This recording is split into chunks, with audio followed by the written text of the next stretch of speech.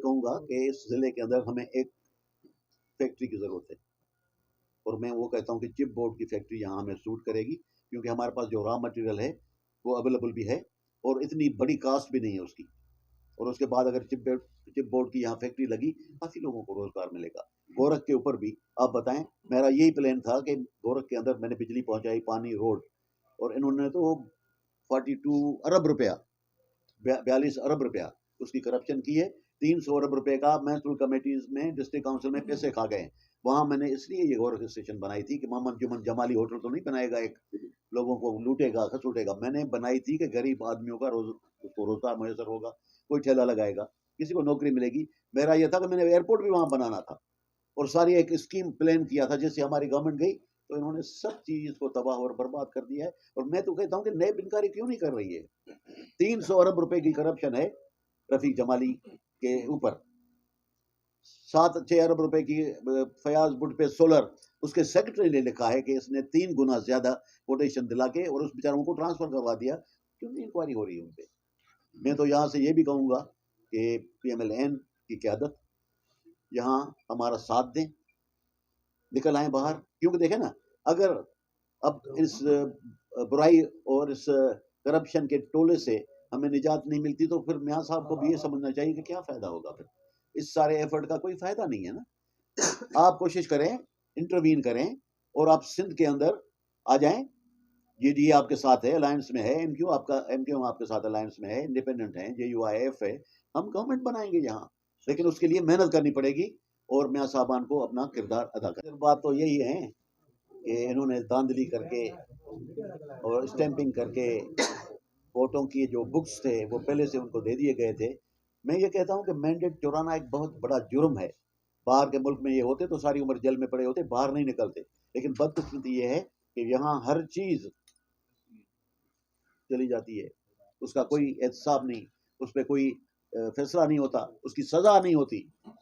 तो हम ये चाहते हैं कि अगर इस बार इन्होंने किया तो हम रजिस्ट करेंगे, हम मुज़ामत करेंगे। और मैं इस यहाँ से, इस प्लेटफॉर्म से, क्योंकि मेरी तो इस घर से बड़ी पुरानी वाबस्तगी है, मरहूम हामिद साहब के साथ, या यहाँ के जितने ये लोग सब बैठे हैं, मिलकर हमने काम किया है।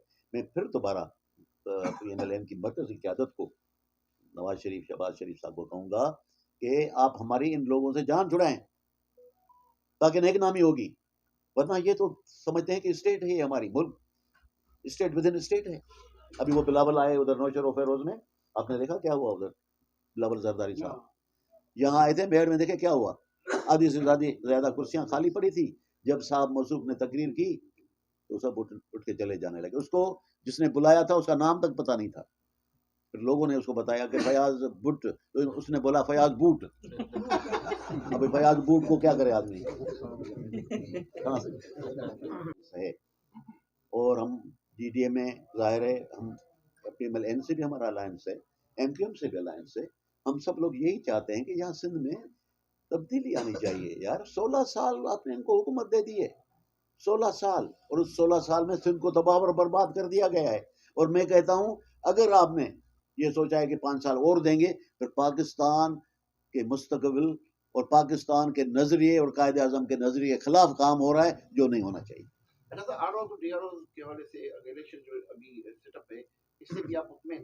देखिए, मैं जहाँ तक DRO का ताल्लुक है, एक पढ़ा लिखा सुलझा एक नौजवान है, और उससे हमें उम्मीद है कि इंशाल्लाह वो शफाफ इलेक्शन भी करवाएगा और इंटरफेयर नहीं करेगा।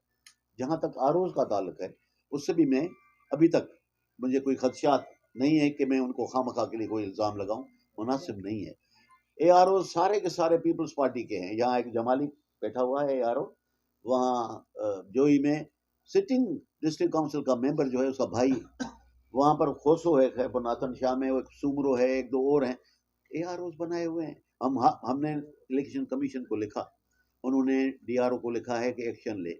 हमने SP के लिए, SSP के लिए भी लिखा है कि भाई इनको ट्रांसफर करें। IG को लेटर आया, अगर ये कुछ दिनों में नहीं हुआ तो फिर हाई कोर्ट में जाएंगे। हम देखें, हम चाहते हैं कि हम कानूनी काम पूरी तरह से करें। हम लाकानूनियत नहीं चाहते, अफरा तफरी नहीं चाहते, हम नहीं चाहते कि यहाँ कोई अमन अमान की सूरत हाल पैदा हो। लेकिन अगर मजबूर किया गया तो फिर हम करेंगे, जवाबदारी इनकी होगी, हमारी नहीं होगी। आपको इस बात का कहीं में जिस वक्त मैं चीफ मिनिस्टर था, वो भी आप देख लें रिकॉर्ड जाके, जब मैं फेडरल मिनिस्टर था 650 गाँव को बिजली दी, वाही पानी ग्रिड स्टेशन बनाई, सीता में बनाई ग्रिड स्टेशन, फरीदाबाद में, भान में, और उसके बाद नए गाज का मंसूबा मैंने शुरू किया। कोठों पे बिजली 15-16 किलोमीटर थी। लुंड साहबान बोल रहे थे कि सही ये तो लोग वायदा करके गए हैं, कोई नहीं करेगा। मैंने कहा 6 महीने में मैं आके इफ्तार करूंगा, और 6 महीने में इफ्तार किया। जोही को जो इन्होंने खंडर बना दिया, मैंने जोही के अंदर काम किया था। रोड, रास्ते, डेवलपमेंट की स्कीमें जो भी होती थी, प्राइम मिनिस्टर, प्रेसिडेंट आता था, अमानत के तौर पे खर्च करते थे। रोड, रास्ते, स्कूल, अस्पतालें, पानी पीने का मुयसर करते थे। और इन्होंने तो तबाही और बर्बादी सब चीज पेट में चली गई। ठीक है सर, ये तो आपकी बात के वो श्रद्धा जो यहाँ के हवारी खुशामदी ऑफिसर हैं, जो कमदारी करते हैं, सबसे पहले उनको सस्पेंड करके और उन पे ऊपर इंक्वायरी की जाएगी कि आपने ये पैसे और ये जायदादें कहाँ से बनाई हैं, और आपने इनकी कमदारी करके आपने वो कसम खाई है, और जिस तरह से नौकरी में आप गए थे उसकी मुनाफी आपने ये सारे इक़दाम उठाए हैं, और हम उसके खिलाफ हैं, और उनको इंशाल्लाह सजा भी मिलेगी। पहली बात ये है। और उसके बाद जो इन्होंने करप्शन की है, जो इन्होंने नाजायज घर बनाए हैं, नाजायज ज़मीनें खरीदी हैं, पेट्रोल पंप खरीदे हैं, उनकी बाकायदे से इंक्वायरी होगी कि आपके पास सोर्स ऑफ इनकम क्या था। मैं तो सिर्फ इनका जमाली साहब और भुट्ट साहब और जो इनकी बात कर रहा हूँ। यहाँ पर भी जो यहाँ के नुमाइंदे हैं, पीर साहबान, मैं ये कहता हूँ कि भाई कहाँ से ये पैसे आए। ओवरनाइट मैं भी तो बैठा हुआ हूँ, आपके सामने हूँ। प्री पार्टीशन डेज में 5,500 एकड़ ज़मीन हमारे खाते थी। अभी भी आप चेक कर लें, प्री पार्टीशन डेज में। खुदा का शुक्र है, मैं तो बताता हूँ कि मेरे पास है, आप चेक कर लें, आप जाके खाते खुलवाएं। इनके पास तो 15-15 एकड़ ज़मीन थी। 15 एकड़ ज़मीन से इतनी जायदाद, इतनी गाड़ियाँ, लैंड क्रूजरें, पेट्रोल पंप। मुझे एक बात भी याद है, रईस मोहम्मद भाई जमाली साहब वफात पा गए थे, माफ़ कीजिएगा, वफात पा गए थे, तो मैं बहावलपुर गया था। मैंने वहाँ जाके दुआए मगफरत की थी स्कूल की बिल्डिंग में, जो साहब स्कूल की बिल्डिंग में। अभी तो जाके महलात देखें, ये क्या कहाँ से महलात आए। और मैं इनको ये भी बता देना चाहता हूँ कि तुम लोगों ने बहुत अयाशी कर ली, तुम लोगों ने सिंध के लोगों को बहुत लूट लिया, तुम लोग सौदागर हो, तुम लोग किशमिश के व्यापारी हो, और इंशाल्लाह ताला ये जो आपकी जायदादें हैं, इनको या तो मैं अस्पताल बनाऊंगा या स्कूल बनाऊंगा।